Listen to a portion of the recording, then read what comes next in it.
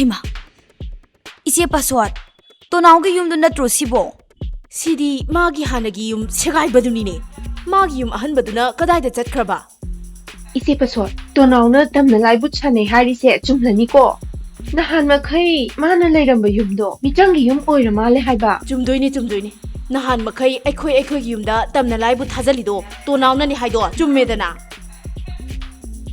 To now loire. Loire.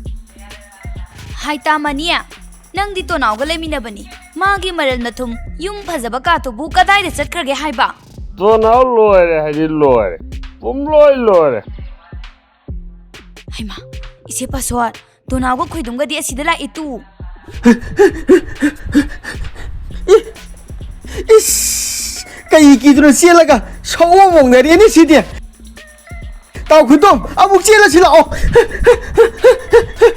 Kayang sila ne.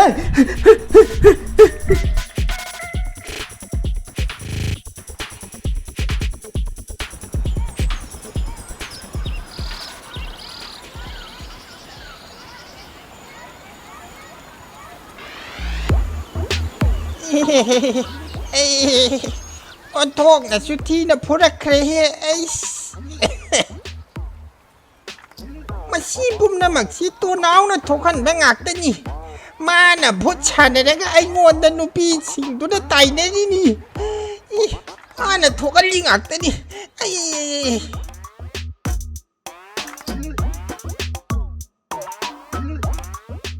To now, khoi ni ka jok sa hari no ha. Hojik ti chenpham chu lai tre. Kadai ti chen do no ha.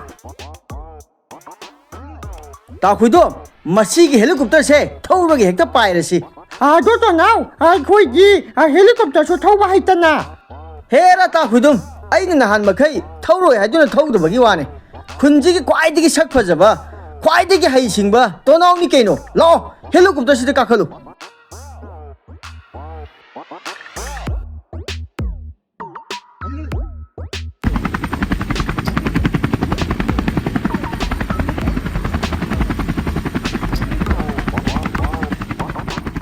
Haima, ise password. To now se khoidum ga helicopter pai raga chat khrim ni. Kamai tawni sidi amuk ta phoge tawraga phuba nang haudre haiba. Ay asidi kari no he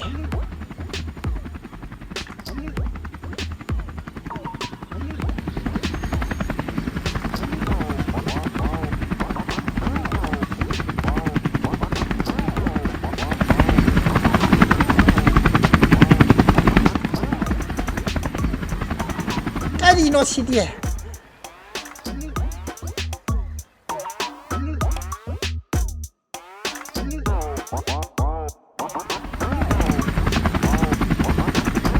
To now, nang di helicopter thau ba yam phai hai ba. Ai na hai to tao khudom, to naw idi loi na hai bani.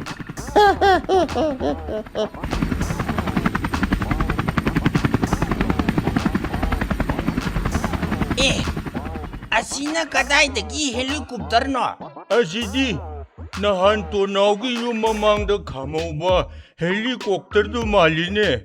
Ha ado di asida paise to na ojalo ha Haima, noi bu tanaw haiba helicopter se pai khra haiba tanaw. Itai ma password kanano noina tanari dubo ha Oh noi bu nami tu haudro ha. Hojik ta helicopter da pai khri do to now. Ha, hojik helicopter da pai khidu. To now ni hai ba. Adu oi ji. To now di na thok khede ha. Nan thok pa yaro he. Mogi helicopter do tanaraga ten kapthal lore kaino. Rambo film da su Rambo na helicopter da ten kapido noi khangdro ha. taning di he noina dumaina ngangna di ngai da to na wa yoramani Matamang hanba kanade Rambo gang lao to naugi helicopter do kapthal rasi.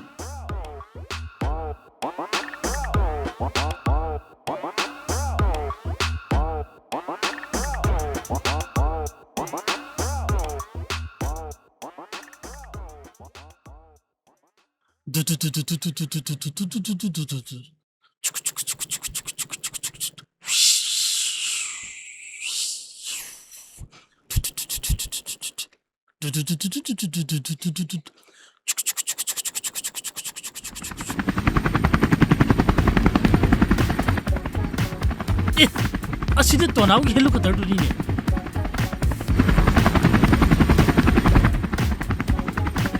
ꯑꯣ ꯊꯥꯔꯣ ꯑꯣ ꯊꯥꯔꯣ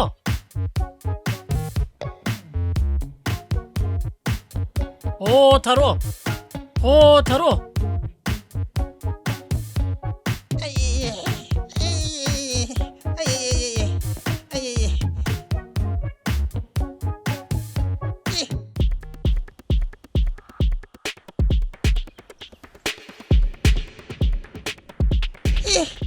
ꯑꯩꯁꯤꯗꯤ ꯀꯅꯥꯅꯣꯍꯦ ꯃꯁꯛꯁꯤꯡꯁꯦ ꯀꯤ ꯍꯥꯏꯕ ꯍꯩ ꯍꯦꯟꯇꯥꯛ ꯃꯥꯏꯕ ꯑꯩꯈꯣꯏꯅꯤꯅꯦ ꯀꯤꯒꯅꯨꯅꯦ ꯀꯣꯛꯄꯤꯛ ꯅꯣꯏ ꯑꯣꯏꯔꯦ ꯑꯩꯗꯤ ꯌꯥꯝꯅ ꯁꯥꯊꯤꯕ ꯃꯤꯒ ꯃꯥꯜꯂꯨꯔꯦꯅꯦ iya hey hentak mai ba ai koi si yam sathi ba ming ni ne ai koi si rambo geng ni ne nang khang do ha ꯍꯥ ꯔꯝꯕꯣꯒꯤꯡ ꯍꯥꯏꯕ ꯑꯗꯨꯅ ꯀꯔꯤꯅꯣꯅꯦ ꯅꯍꯥꯁꯥ ꯍꯩ ꯍꯦꯟꯇꯥꯛ ꯃꯥꯏꯕ ꯅꯪ ꯑꯩꯈꯣꯏꯁꯦ ꯀꯤꯗꯕ ꯇꯧꯅꯨꯅꯦ ꯁꯥꯊꯤꯈ꯭ꯔꯕ ꯃꯤ ꯌꯥꯝꯅ ꯐꯨꯒꯟꯕ ꯔꯝꯕꯣꯒꯤꯡꯅꯤꯅꯦ nang ai koi ji khupu khang ma na to ha ꯍꯣꯏꯗ ꯅꯣꯏꯒꯤ ꯈꯨꯐꯨ ꯑꯩꯁꯨ ꯈꯪꯉꯤꯗ ꯑꯗꯣ ꯅꯍꯥꯁꯥ ꯅꯣꯏꯕꯨ ꯀꯗꯥꯏꯗ ꯆꯠꯂꯤꯅꯣ ꯍꯥꯏꯕ ai koi se tonau thi ba chali ni ma he khang na ba da lem da thar roi hawjik ta helicopter tong ga pa khabani ꯍꯥ ꯇꯣꯅꯥꯎ ꯄꯥꯏꯔꯒ ꯆꯠꯈ꯭ꯔꯦ ꯍꯥꯏꯕ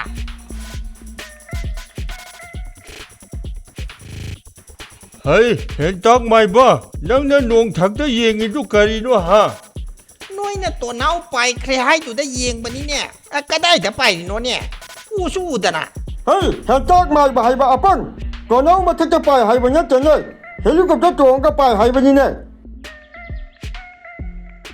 ꯀꯔꯤꯅꯣ helicopter ꯍꯥꯏꯔꯤꯗꯨꯕꯣ ꯅꯍꯥꯁꯥ iya masi ga hanu ba se helicopter phau khang de se kana ne khang ni hai ge ai koi dong nya english ngang ba ju hai bu na te america da chat pa ju na te ꯇꯥꯅꯤꯡꯗꯦꯍꯦ America ꯆꯠꯄ ꯀꯥꯏꯅ ꯋꯥꯊꯤ ꯋꯥꯔꯦꯝ ꯅꯣꯏ ꯀꯥꯟꯅꯗꯕꯗ ꯃꯇꯝ ꯃꯥꯡꯍꯟꯗꯨꯅ ꯂꯩꯔꯦ ꯂꯥꯛꯑꯣ ꯇꯣꯅꯥꯎꯅ helicopter ꯇꯣꯡꯉꯒ ꯄꯥꯏꯈ꯭ꯔꯤꯗꯣ ꯊꯤꯔꯨꯁꯤ ꯂꯥꯛꯑꯣ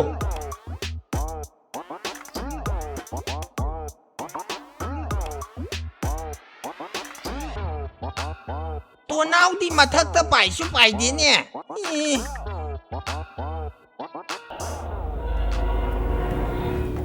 ꯏꯃꯥ ꯅꯍꯥꯟ ꯑꯩꯈꯣꯏꯅ ꯋꯥꯁꯥꯕꯤꯒꯤ ꯃꯤꯇ꯭ꯔꯪꯒꯤ ꯅꯨꯡꯗꯨ ꯃꯨꯟꯒꯦ ꯇꯧꯕꯗ ꯑꯩꯉꯣꯟꯗ ꯈꯣꯡꯄꯥꯛꯅ ꯀꯥꯎꯔꯛꯈꯤꯕ ꯍꯅꯨꯕꯗꯨ ꯑꯩ ꯃꯁꯛ ꯈꯪꯒꯨꯝ ꯇꯧꯏꯅꯦ ꯍꯥ ꯅꯪ ꯃꯥꯕꯨ ꯃꯁꯛ ꯈꯪꯕ꯭ꯔꯥ ꯍꯥ ꯈꯪꯂꯕꯗꯤ ꯍꯥꯏꯌꯨ ꯃꯍꯥꯛ ꯀꯅꯥꯅꯣ ꯃꯍꯥꯛꯅ ꯃꯔꯝ ꯑꯣꯏꯔꯒ ꯋꯥꯁꯥꯕꯤꯗꯒꯤ ꯃꯤꯇ꯭ꯔꯪꯒꯤ ꯅꯨꯡ ꯑꯗꯣ ꯑꯩꯅ ꯃꯨꯟꯕ ꯉꯝꯈꯤꯗꯕꯅꯤ ꯍꯥꯏꯌꯨ ꯃꯍꯥꯛ ꯀꯅꯥꯅꯣ ꯃꯗꯨꯒꯤ ꯍꯅꯨꯕꯗꯨ ꯑꯇꯩ ꯀꯅꯥꯁꯨ ꯅꯠꯇꯦ ꯄꯨꯄꯨ ꯇꯣꯝꯕ ꯍꯥꯏꯕ ꯕꯨꯠ ꯍꯅꯨꯕꯗꯨꯅꯤ ꯀꯔꯤ ꯍꯥꯏꯕ ꯄꯨꯄꯨ ꯇꯣꯝꯕ ꯍꯥꯏꯕ ꯃꯥꯅꯦ ꯄꯨꯄꯨ ꯇꯣꯝꯕ ꯍꯥꯏꯕ ꯕꯨꯠ ꯍꯅꯨꯕꯗꯨꯅꯤ ꯃꯍꯥꯛꯅ ꯑꯩꯕꯨꯁꯨ ꯁꯣꯏꯗꯅ ꯃꯁꯛ ꯈꯪꯂꯝꯒꯅꯤ ꯑꯩꯅ ꯈꯟꯕꯗ ꯋꯥꯁꯥꯕꯤ ꯀꯧꯕꯤ ꯇꯝꯅ ꯂꯥꯏ ꯚꯨꯠ ꯅꯨꯄꯤꯗꯨ ꯃꯍꯥꯛꯅ ꯀꯣꯏꯁꯦꯟ ꯁꯦꯟꯅꯗꯨꯅ ꯂꯩꯕ ꯃꯥꯜꯂꯤ ꯃꯗꯨꯝꯅ ꯇꯧꯔꯕꯗꯤ ꯃꯤꯇ꯭ꯔꯪꯒꯤ ꯅꯨꯡ ꯑꯗꯣ ꯑꯩꯈꯣꯏꯅ ꯃꯨꯟꯕ ꯋꯥꯒꯅꯤ ꯏꯌꯥ ꯃꯥꯅ ꯋꯥꯁꯥꯕꯤꯒꯤ ꯃꯤꯆꯪ ꯆꯪꯂꯕꯁꯨ ꯀꯔꯤ ꯇꯧꯏ ꯍꯥꯏꯕꯒꯦ ꯏꯃꯥ ꯏꯆꯥꯅ ꯉꯝꯅꯕ ꯃꯨꯟꯒꯅꯤ ꯄꯣꯛꯃꯝꯕ ꯅꯪꯁꯨ ꯈꯜꯂꯨ ꯃꯗꯨꯒꯤ ꯃꯤꯇ꯭ꯔꯪꯒꯤ ꯅꯨꯡ ꯑꯗꯣ ꯏꯃꯥ ꯏꯆꯥꯅ ꯍꯦꯛ ꯄꯥꯏꯕ ꯃꯇꯝꯗ ꯑꯩꯈꯣꯏꯒꯤ ꯑꯄꯥꯝꯕ ꯂꯣꯏꯅ ꯊꯨꯡꯒꯗꯧꯔꯤꯕꯅꯤ ꯃꯗꯨꯈꯛ ꯅꯠꯇꯅ ꯃꯥꯂꯦꯝ ꯑꯁꯤꯗ ꯏꯃꯥ ꯏꯆꯥꯅ ꯈ꯭ꯋꯥꯏꯗꯒꯤ ꯀꯟꯕ ꯈꯨꯠꯂꯤꯡꯕ ꯍꯥꯏꯕꯗꯣ ꯑꯣꯏꯒꯗꯧꯔꯤꯕꯅꯤ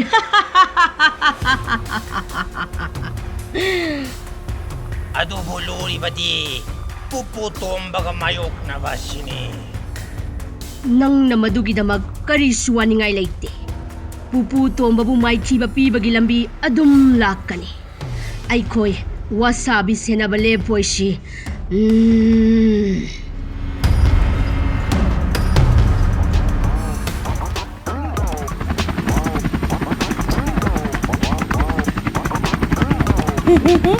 ꯇꯣꯅꯥꯡ ꯍꯦꯂꯤꯀꯣꯞꯇꯔ ꯇꯣꯡꯕꯁꯤ ꯌꯥꯝ ꯅꯨꯡꯉꯥꯏ ꯍꯥꯏꯕ ꯈꯔꯒ ꯁꯥꯡꯅ ꯊꯧꯈꯤꯁꯦ ꯍꯥꯏꯕ ꯊꯧꯒꯥꯏꯔꯒ ꯂꯣꯏꯔꯦ ꯀꯩꯅꯣ ꯇꯥꯈꯣꯏꯗꯣ ꯌꯥ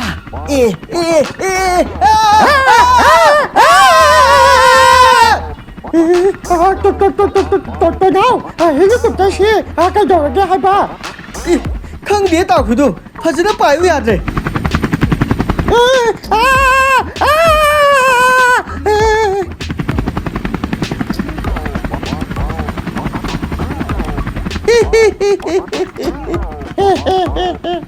ꯇꯣꯅꯥꯎ ꯅꯪꯁꯦ ꯍꯦꯂꯤꯀꯣꯞꯇꯔ ꯊꯧꯕꯗꯤ ꯐꯖꯅ ꯍꯩꯖꯥꯠꯅꯤꯍꯦ ꯑꯗꯨꯒꯤ ꯋꯥꯗꯤ ꯇꯣꯅꯥꯎꯅꯤ ꯀꯩꯅꯣ ꯇꯥꯈꯣꯏꯗꯣ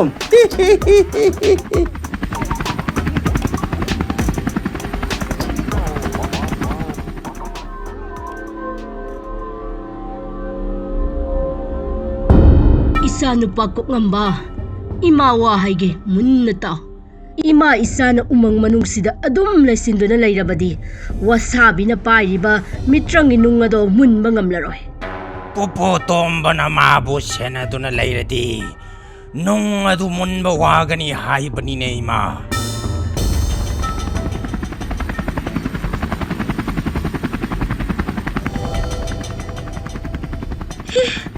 ꯀꯣꯛꯉꯝꯕ ꯇꯥꯔꯤꯕ ꯃꯈꯣꯜꯁꯤꯕꯨ ꯀꯔꯤꯅꯣ ꯍꯥꯏꯕ ꯀꯔꯤ ꯃꯈꯣꯜꯅꯣ ꯑꯩꯁꯨ ꯈꯪꯗ꯭ꯔꯦꯅꯦ ꯏꯃꯥ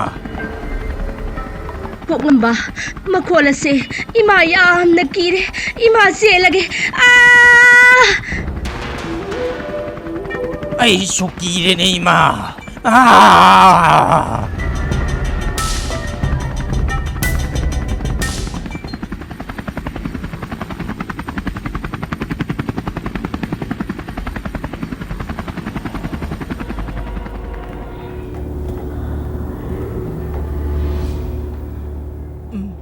ꯑꯩꯒꯤ ꯄꯣꯠꯆꯩ ꯈꯣꯝꯖꯤꯟꯕ ꯂꯣꯏꯁꯤꯜꯂꯛꯂꯦ ꯑꯗꯨꯕꯨ ꯇꯣꯅꯥꯎꯒꯤ ꯃꯅꯥꯛꯇ ꯂꯩꯍꯧꯕ ꯑꯄꯥꯏꯕ ꯄꯣꯠꯁꯛ ꯑꯗꯨꯗꯤ ꯋꯥꯠꯂꯤ ꯑꯣꯏ ꯏꯃꯥ ꯆꯦꯟꯈꯠꯂꯣ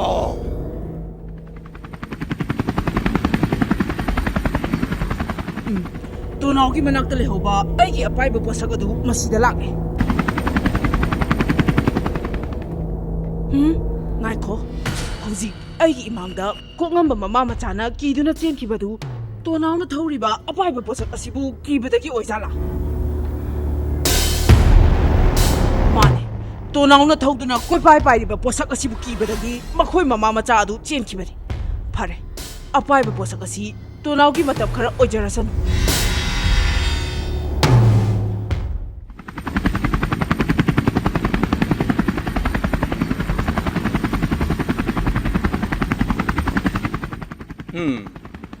ꯇꯨ ꯌꯦꯡꯉꯨ ꯑꯁꯤꯗ ꯃꯊꯛꯇ ꯄꯥꯏꯔꯤꯁꯦ ꯇꯣꯅꯥꯎꯒ ꯈꯣꯏꯗꯨꯝꯒ ꯑꯣꯏꯔꯤꯅꯤ ꯊꯧꯔꯤꯁꯤꯅ ꯇꯣꯅꯥꯎ ꯑꯣꯏꯔꯝꯒꯅꯤ ꯉꯝꯃꯤꯗ ꯇꯣꯅꯥꯎ ꯏꯕꯣ ꯅꯪꯅ ꯉꯝꯕꯁꯤ ꯑꯣꯟꯊꯣꯛꯅ ꯉꯝꯈ꯭ꯔꯦꯗ ꯍꯧꯖꯤꯛꯇꯤ ꯍꯦꯂꯤꯀꯣꯞꯇꯔ ꯊꯧꯕ ꯍꯩꯔꯕꯅꯤꯅ ꯂꯩꯀꯥꯏꯒꯤ ꯃꯤꯁꯤꯡꯁꯦ ꯑꯃꯨꯛ ꯌꯦꯡꯕ ꯅꯨꯡꯉꯥꯏꯔꯅꯤ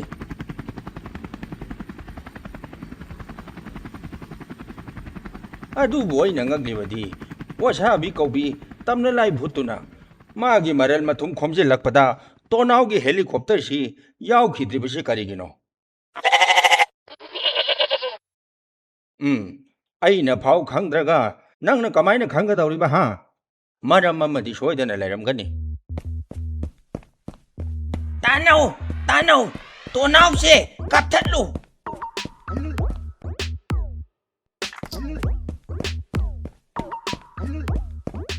ꯀꯞꯊꯠꯁꯤ मागी हेलीकॉप्टर सी कब थची हाय नमी नमाइदु कई कई नो तशन लगा नोने तौरी दुबो करिनो हां पुपु तोंबा आई खोई की मांग दे लेगनु आई खोई से रंबो गेंग नी रंबो गेंग हंदो उ हाय पुपु तोंबा आई खोई ना ताना रगली से तो नाउगी हेलीकॉप्टर दुनी ने हौजिकता सोमदा पाइकी बनी ने पिक्ट्रो नंगी थौरी दुना करी तौगदौरिबा अदुगा कॉकपिक नंगी लांग दुना कई तौगदौरिबा हां आईगी थौरी से लंगागा तो नाउगी हेलीकॉप्टर से फादोइनी ꯑꯩꯒꯤ ꯂꯥꯡꯁꯤꯅ ꯍꯥꯏꯒꯠ ꯂꯥꯡ ꯁꯦꯝꯃꯒ ꯇꯣꯅꯥꯎꯒꯤ ꯍꯦꯂꯤꯀꯣꯞꯇꯔꯁꯨ ꯐꯥꯗꯣꯏꯅꯤ ꯅꯣꯏꯅ ꯇꯣꯅꯥꯎꯗ ꯑꯗꯨꯛ ꯌꯥꯝꯅ ꯁꯥꯎꯔꯤꯗꯨꯕꯨ ꯍꯧꯅꯕ꯭ꯔꯣ ꯍꯥꯏꯕ ꯅꯣꯏ ꯃꯁꯦꯟ ꯌꯦꯡꯊꯤꯅꯔꯒ ꯐꯠꯇ꯭ꯔꯕ ꯊꯋꯥꯏ ꯇꯝꯅ ꯂꯥꯏꯁꯤꯡꯅ ꯈꯨꯗꯣꯡꯆꯥꯕ ꯍꯦꯛ ꯍꯦꯛ ꯂꯧꯏꯅꯦ ꯅꯣꯏꯕꯣ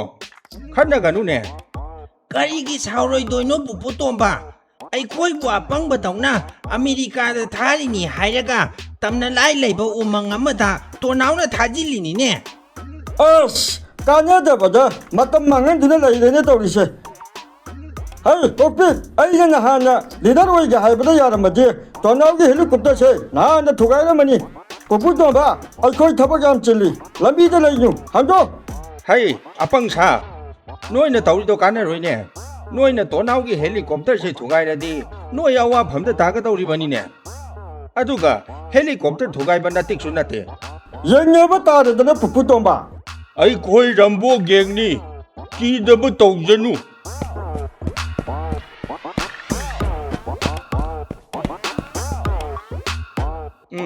ꯑꯄꯪꯕ ꯃꯤꯗꯤ ꯁꯤꯡꯍꯜꯂꯨꯅꯨ ꯍꯥꯏꯅꯕꯁꯨ ꯂꯩꯕꯅꯤ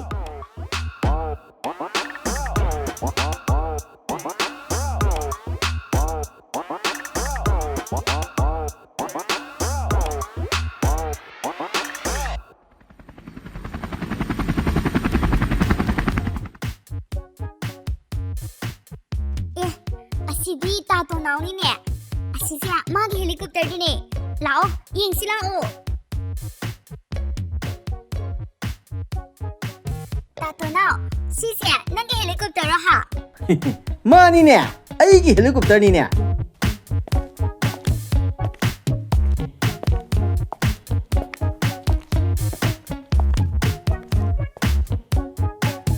इसी मनी मसा तातो नाव से हेलीकॉप्टर का लोइरा माले है बा माने हेलीकॉप्टर लोइरगा कइदौरबा हा थौबसु हैति मसक्सिगी येंगुना मफी मुरगा इमोट ने मोटलदना कई नो हे इसी मनी मसा मफी मरम मोचा बगी वानी मी हेलीकॉप्टर का थौरी सिदी थाथारो अस आई दी अंकलक से है वानी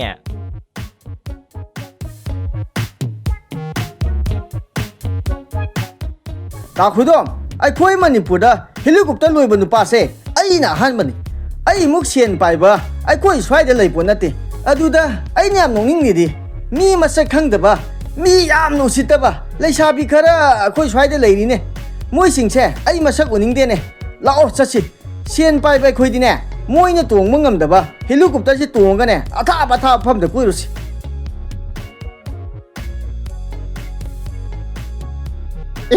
तोनाउ सिदा मनी मचा लेरे तू लेनिंगा लेजसनु अखोई माय ओसनिंगदेने अगांग सा नोय हंदु हे नयाम्बा कोइथरु खिगे हे